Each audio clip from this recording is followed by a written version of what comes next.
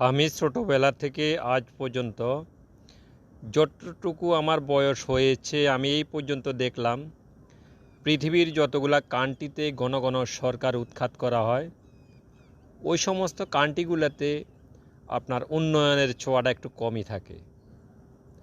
ওই দেশগুলা বেশিরভাগ দারিদ্র এবং খাওয়ার অভাব, দেশের যে উন্নয়নের সংখ্যা উন্নয়নগুলো একটু কমই হয়।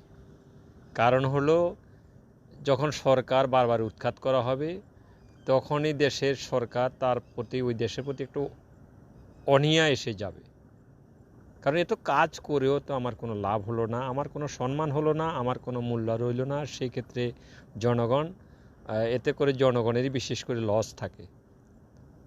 তো আমরা ভেবেচিন্তে দেখব যাতে সরকারের কাজ করার সুবিধার্থে, দেশের সুবিধার্থে আমরা যাতে করে এই কাজ